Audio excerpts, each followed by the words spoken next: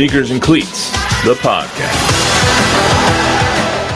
Welcome back to the Sneakers and Cleats podcast. It is Monday, June 23rd. This is episode 206. 206. Zach Hedrick filling in for Don and Chuck today. Chuck on vacation. Don out in New York, probably on the plane right now. The knowledge base has dropped considerably. But it's all right. It got a lot better looking. So here we are. That's also debatable. There's more hair. There's more hair here. Well, yeah. Your hairline much better than each of theirs. So this episode brought to you by Rogaine. Yeah, exactly. Who's got the better hair between you guys? I think he has a better hairline. I don't know. We both got pretty good lettuce up there. Both better than Don and Chuck. Yeah. I'm due for a cut.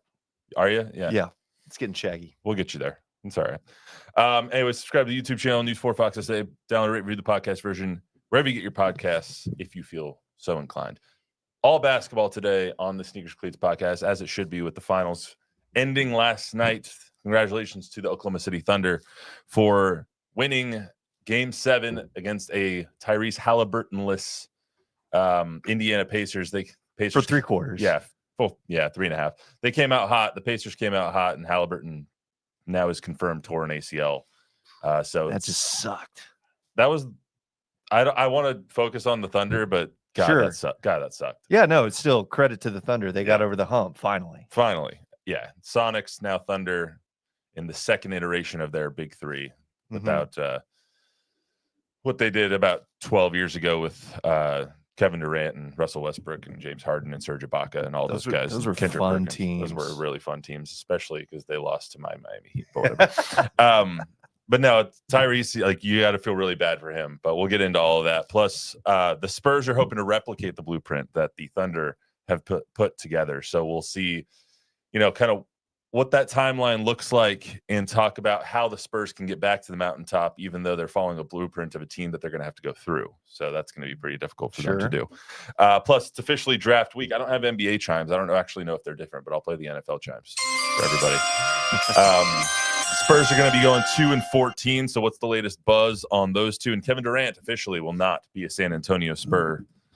The Suns sending KD to the Rockets. Good move, bad move. Should the Spurs have stepped up their offer? We'll talk about all that. But we want to start with the NBA Finals, finishing up last night. 103-91. The Thunder beat the Pacers and cover the spread.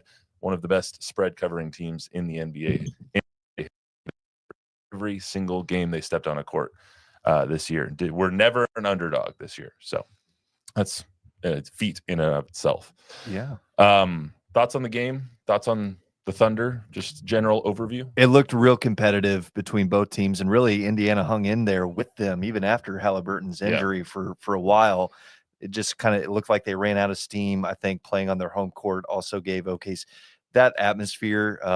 Having gone to some of those playoff atmospheres when I was interning at one of the stations up there in OKC, it's really fun. So I can't imagine what a Game 7 atmosphere was like. But yeah, I mean, you kind of summed it up. Their point differential always favorite. I mean, this team won 68 games. They would just blow people out of the water. So they kind of, their depth and just all the guys firing on cylinders, they kind of flexed their muscle last night. Yeah, I mean, as an Oklahoma grad, it's not too far from Oklahoma City. So the Thunder are really the only game in town besides Oklahoma football and some of the other college sports. So what's that atmosphere like, and what do Thunder fans, have they been clamoring for this entire time? Yeah, no, I remember going to classes and stuff like that. And if, somebody showed up with a playoff shirt on, the following day from one of the games, it's like, oh, my gosh, what was the game? Everybody's wanting to talk about that. It really is. Yeah. It's similar to here in San Antonio, where it's just like the Spurs, the only pro team in town.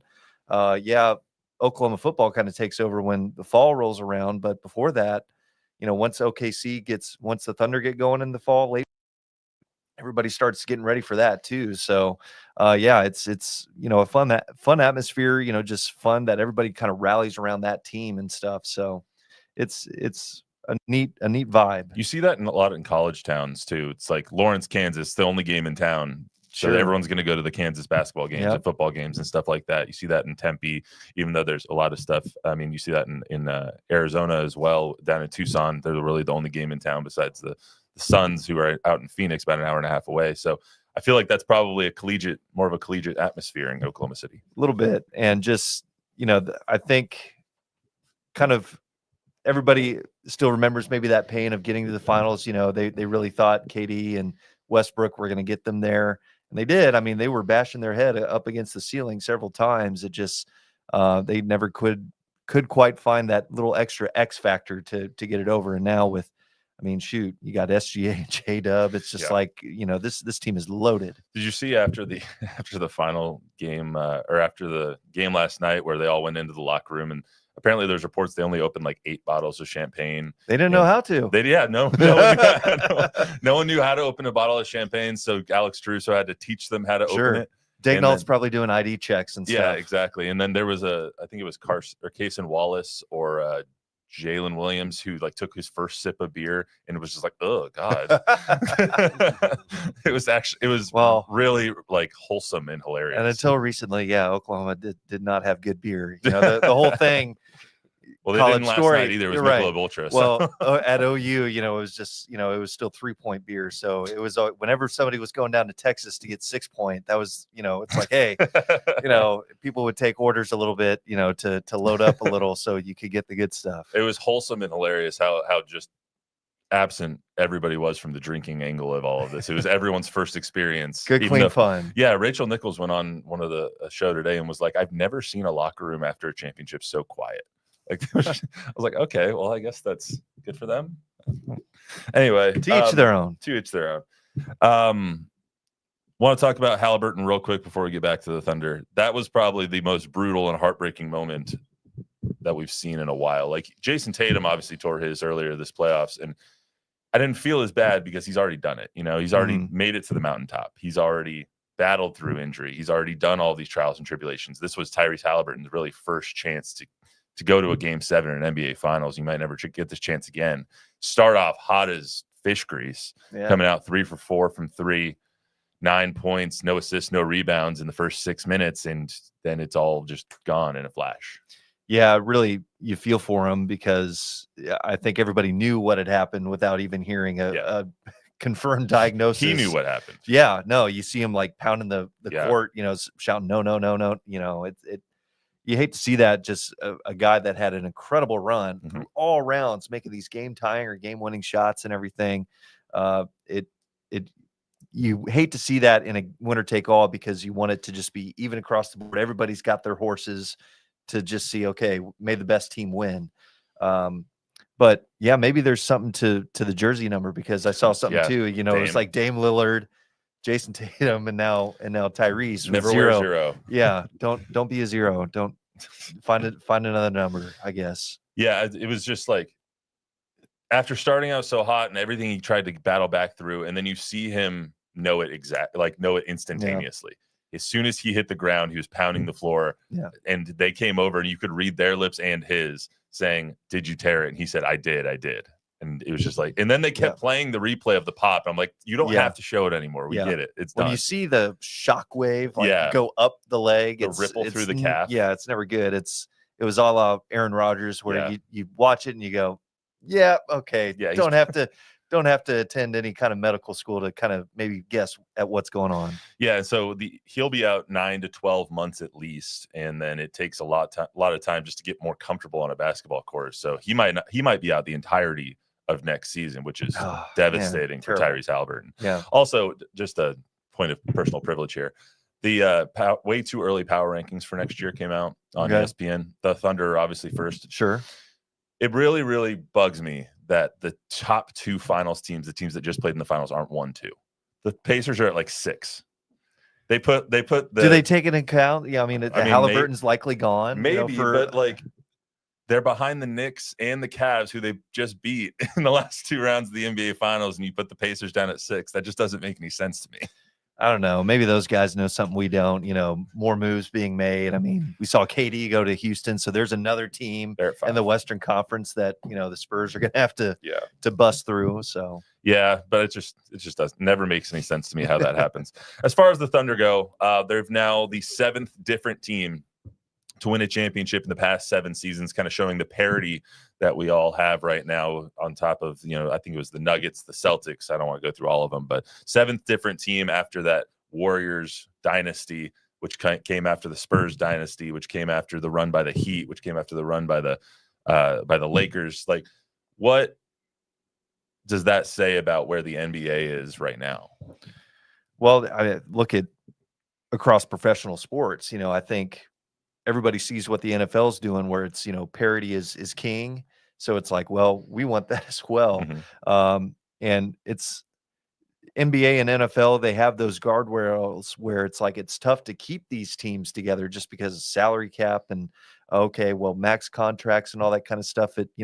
Not too many guys are going to go, yeah, let me take less money so we can all, stay together. That ain't going to happen in this day and age. So, I think the Thunder, just especially with Sam Presti pulling the strings, they could, keep these guys together, because it's like, you can sit everybody down and say, hey, look, here's where this is headed.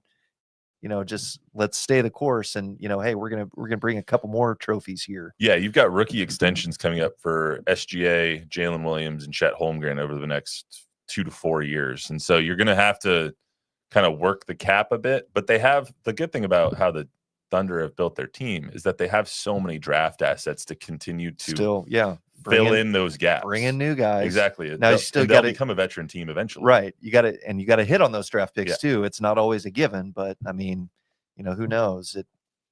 Nikola Jokic is a 2nd round pick. Manu Ginobili, same thing too. It's just sometimes you hit, sometimes you don't. Well, they have 2 first-round picks this week. They have 2 first-round picks. The rich on get Wednesday, richer, right? And then they have a guy, Nikola Topic, who they drafted last year, who was injured all season. He's the first player in NBA history to win an NBA title without playing in an NBA game. And so they have him that'll be returning next year or next season. And then next draft, they have potentially 4 first-round picks. So it's like, jeez, you look at how to build a team, and Sam Presti has basically just put on a masterclass of how to build something that is sustainable and can be built up. And so now you look at how the Spurs are trying to build their team, and we've heard is we're not skipping steps. We're going to keep building this thing brick by brick. Is this a model that can be replicated? I think it can be, but only so many teams can do it. Like OKC, the Spurs have the draft assets to do it, to where they can just sit back and say, hey, we'll just bide our time. We'll keep, bringing on a guy here and there when it makes sense. So yeah, everything's got to just fit just right, and it starts from the GM to the head coach through the players, 1 through 12, 1 through 15, whatever it is. Everybody's got to be in agreement with, okay, yep, this is the master plan, and we're not going to deviate from it. Yeah, and the fans have to be on board. I guess be on board and be patient as well. I mean, the Spurs haven't made the playoffs in 6 years, and I think people are starting to get a little restless. Sure. Let's go. Let's get this thing back together. Let's get this train back on the tracks. And then you see and hear the similarities between Brian Wright and what Sam Presti are saying, which we'll hear right now. And it's like, this is where we're going. This is where we want to get to. Just stay with us for a little bit longer. A little more patience. This is what Sam Presti had to say 4 years ago in 2021 about building this team. This is about a year after the Paul George trade. We can't be reactionary or emotional about it. We just have to keep chipping away every single day, knowing that over time we'll achieve our goals if we have the poise, the patience, and the willingness to adjust to the setbacks that we, will inevitably encounter. As they say, shortcuts cut long runs short, and we're going to do everything in our power not to allow that to happen. And when we do get back to the postseason, we want it to be an arrival and not an appearance. And arrival meaning that we can return, we can be there, we can take some chance or bad fortune and not have it sink us completely. We've seen the benefit of that, and during our earlier years, we don't want a position where we get there, but we have no way to get back. And that's the focus and the precision with which we're working. Shortcuts make long runs cut short is a hell of a line. First and foremost. But that sounds extremely similar to things we hear the Spurs say.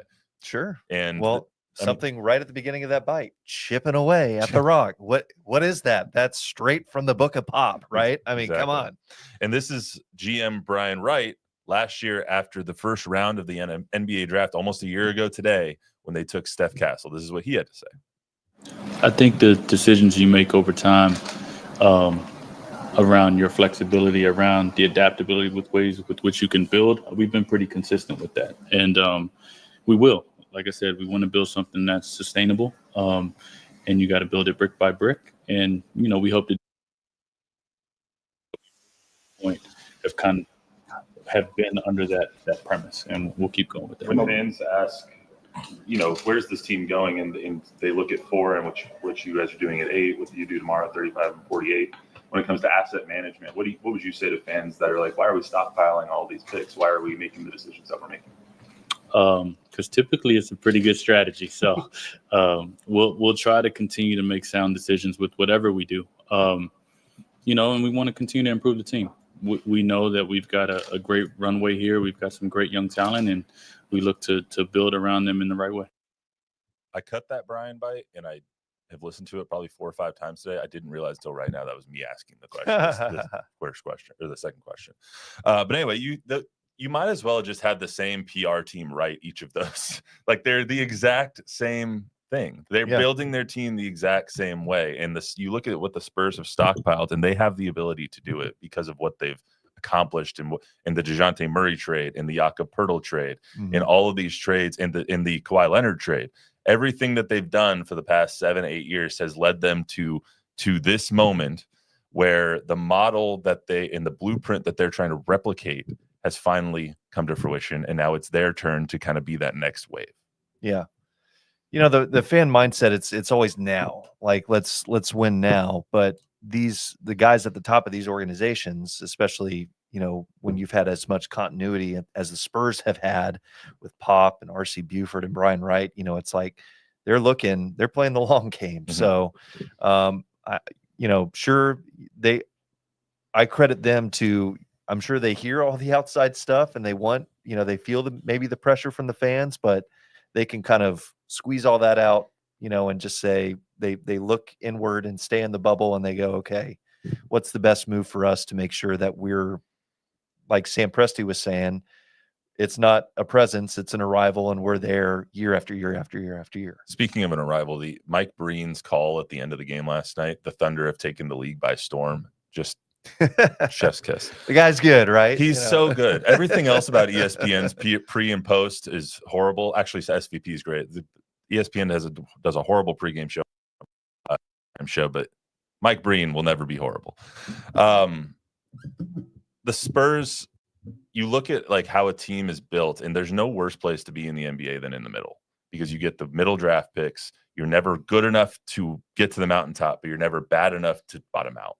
Right. And the Heat have done that for so long, where they're just good enough to make the playoffs, but then you get eliminated in the first or second round. There's a lot of teams that want to be good enough to make the playoffs, but are never good enough to capture lightning in a bottle that much and make it through the rigors of an NBA postseason and get to the NBA finals.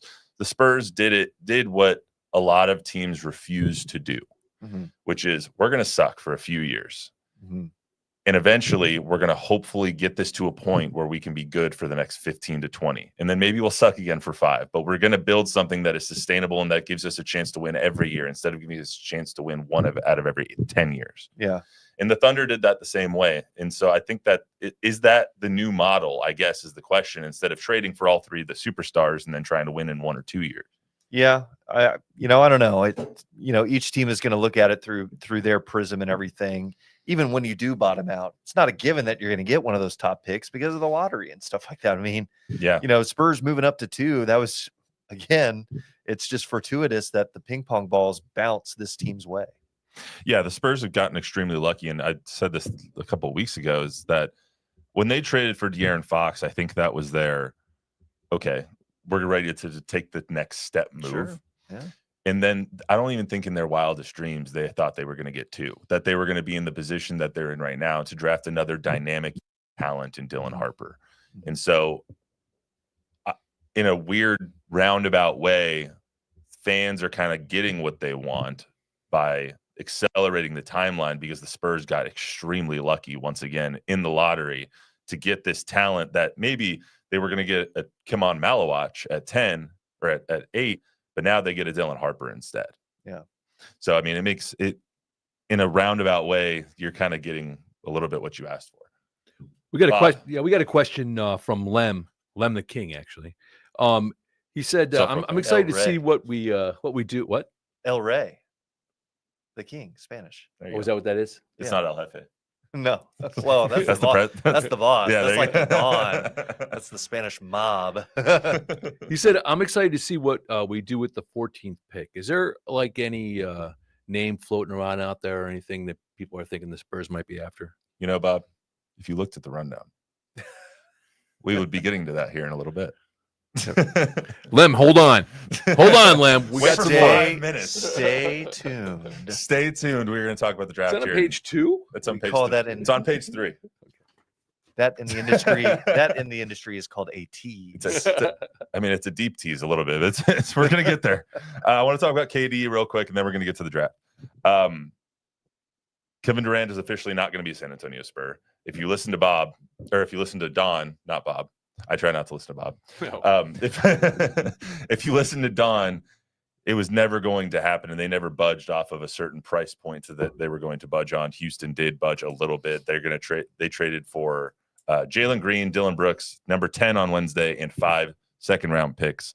Do you wish that the Spurs offered up to their offer a little bit to try and get him, or no?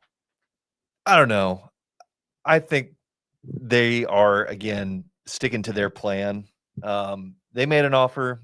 Phoenix didn't like it. It's like, all right, fine. Again, they're holding all the cards. They can, they've got all the leverage, whatever cliche. I think of it like fishing. It's like the Spurs know where all the good spots are, and they've got a prime spot in that little cove where they know all the fish are going to bite and everything, and all these other boats are coming by. They're seeing the Spurs. They're like, damn, they got the good spot again. Gotta wake up earlier, right? So it's just like, Spurs are just going, okay, we're going to make sure we get the right play. It's like, yeah, we may catch a fish here and there, but then it's like, nope, we're going to let that one go and make sure we get the really good one. That's going to make sure we come back and, we're making these, like we keep talking about, these runs that are going to last 5-10 years, whatever it is. Yeah, Spurs fans in general, I think, are just, I mean this in the kindest way possible, just we're a little spoiled about the 20 years of success that you had for so long. And now you want that every year, and it just doesn't happen every year. It's because it never happened before, and they want it to happen again, but you have to go through these years of leanness to get there. I think that KD could have helped, but not at the, but we always said not at the price of a number 2 or of Stephen Castle. It would have helped in the immediate, next 2 years, right? But then after that, when he's 39, what then? And then it's like, okay, cool. We got him for 2 years. Now what? Yeah. So the Spurs want young players who can switch everything, who can trap, who can be interchangeable on the wing. And because that's exactly what the Thunder have. Mm-hmm. They have Lou Dort. They have Jalen J-Dub. They have Shea. They have all these guys 10 deep off the bench that can all come in and make a difference. That's what the Spurs want to have. They have Isaiah Hartenstein, who does all the dirty work down low. That's what the Spurs need. And Isaiah Hartenstein, who I don't know if he knows how to hold his son or if he was distracted. But did you see somebody going like in trying to push the head? Well, because he was zoinks, dude. You remember whenever I see after a championship, like someone holding their kid, I always think of Drew Brees, just because that's like a formative memory in my head of when Drew Brees was holding his son, I think it was his son, after they won the Super Bowl, and he's got the headphones on because to protect his ears because it's so loud in there. And then you see Hartenstein's son just zoinked out with no headphones on. It's just like, whatever, bro. He's out. That kid, like, props to him. I wish I could sleep like that, just anywhere and anytime. Yeah, but no joke. Anyway, let's get to the draft. So, Len the King, we're getting there. We're now just 2 days away from the NBA draft. All indications are right now that the Spurs are going to draft Dylan Harper at 2. To pay off the tease, I'm going to go to 14 first, and then we'll get to Dylan Harper at 2. So the not rumor, but the latest mock draft I saw from ESPN has the Spurs taking Joan Behringer, center out of Civita Olympija, foreign-born player. He's about a 7-footer. He's grown about 1.5 inches in the last 3 or 4 months, apparently. He's very young. And I think that we've all been saying they need size and shooting, and that would fill the size need at least at 14. So whether it's him or Maxime Reynaud or Cockbrenner from Creighton, they're going to get a center in this draft. We just don't know exactly where. Is there anyone else you would like to see them get at 14, or is there a position that you would like to see somebody target at 14? Yeah, it's probably a big. I don't know if you're going to get, the quality of shooter that you would like. Everybody throws out Con Knipple. He's going to get top 5. That's like the dream, but who knows? I think 14 is going to be really interesting to see what happens on Wednesday night, because maybe another team comes along that is itching to move up, and they throw a package at the Spurs that the Spurs go, all right, yeah, bet, let's deal. Just like last year with Dillingham. Exactly. So again, it's like they hold all the chips, so it's just like they can let the other teams come to them, and if nobody blows them away, then it's like, all right, we'll pick our guy. Hopefully, it's somebody that is not as much of a project, somebody that they can throw into the mix right away. I don't know if there's a player like that at 14. I don't know enough, and I'm not going to pretend to know enough to say that there is someone there at that spot. Yeah, my theory is still that they're going to take 14 and move up instead of moving back. If there's a player that they obviously have higher on their board that they want to draft at 8, 9, 10, something like that, sure, you have all these assets, and you're not going to trade from 14 to 3. Right. You're going to trade from 14 to 10. Yeah, 11, 8, 9, somewhere around there. And that's what I meant by like trade. Maybe they move back, maybe they move up. Yeah, just they might do something with it. I think that's going to be the fascinating thing. Yeah, I would say if I was to put odds on it, I would say there's at least a 51% chance or greater that the Spurs do not stick with the player that goes at 14. They're going to either move up, move back, do something along those lines to get the guy that they really want. So maybe that is Joan Behringer from Europe. I mean, maybe that is a Maxime Reynaud. Maybe that is a Cockbrenner. Maybe that is maybe they trade up for a Kaman Malawach. You need a center and you need shooting. Yeah. So they're going to fill one of those needs with that 14th pick. We just don't know if they're going to trade up, back, or anywhere else. As far as number 2 goes, Dylan Harper is going to go number 2. Yeah. That is every indication that there is out there. Unless something completely crazy happens. Yeah. Unless somebody offers you like Shai Gilgeous-Alexander for number 2, right, you're going to take Dylan Harper at number 2. Yeah. Where do you think that puts the Spurs as you kind of look forward now? It gives them options, I think, for the future, because, okay, it's like, now let's give Dylan Harper some run, with Stephon Castle and Victor Wembanyama. Hopefully everybody stays healthy. So then that way you can see what you have. Of course, it all hinges too on re-signing De'Aaron Fox and stuff like that. And everybody goes, okay, now you're guard heavy. But then it's just like, well, who's not to say that Fox gets moved or something a couple years down the line or something like that? Because if you really like what you have in Harper and Castle, it's like, well, let's go with the younger guys than the guy that's going to be turning 30 here in a couple of years. And I like De'Aaron Fox a lot. I think he's, going to help teach these young guys a lot, very much like Chris Paul did. This roster keeps getting younger because, it doesn't seem like Chris Paul is coming back. I would like to see Harrison Barnes stick around just because he's, a pro's pro through and through. He's fantastic. Kind of epitomizes the Spurs way. And I think he's, would be a great mentor again for a very young team.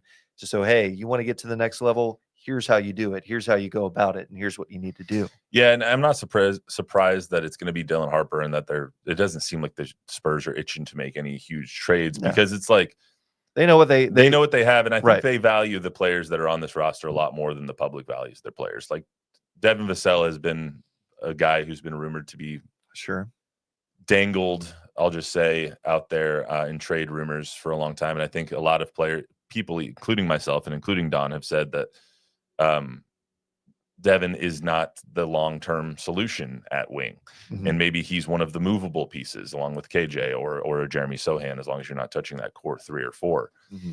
I think the Spurs view their team much differently, where they have Devin Vassell is a good, solid, starting caliber player in this league, and he is a versatile wing who can guard a lot of positions, who has gotten a lot better on the 3-point line and can make his own shot when absolutely necessary. Yep. Same with Jeremy. He's a versatile guy. He can play 5 through 1, or maybe not 1.